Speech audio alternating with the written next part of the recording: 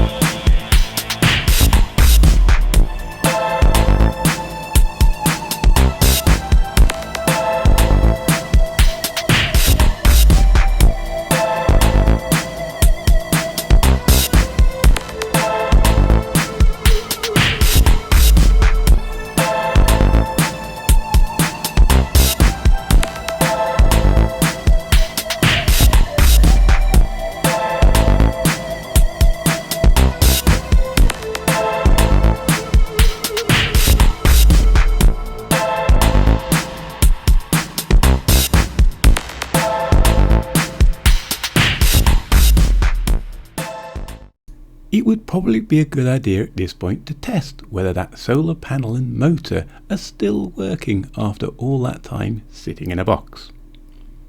Yep, they look okay. Let's carry on.